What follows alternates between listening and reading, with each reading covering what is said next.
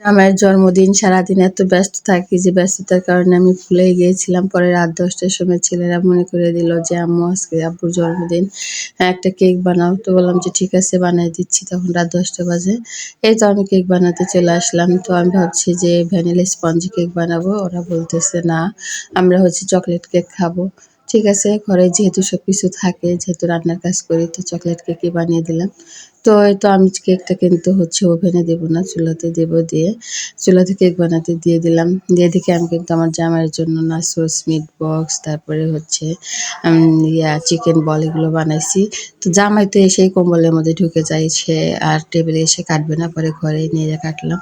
তো ছোট হলেও কেকটা কিন্তু খুবই মজা হয়েছিল, স্পঞ্জি হয়েছিল আর এতটা টেস্টি হয়েছিল। জামাই বলে কথা, তার জন্য একটু স্পেশাল করেই বানিয়েছিলাম। তো তাকে সবকিছু দিলাম। দিয়ে তো সে সারপ্রাইজ হয়ে গেছে। এভাবেই আমরা আমাদের ফ্যামিলির সবকিছু টুকটাক মানে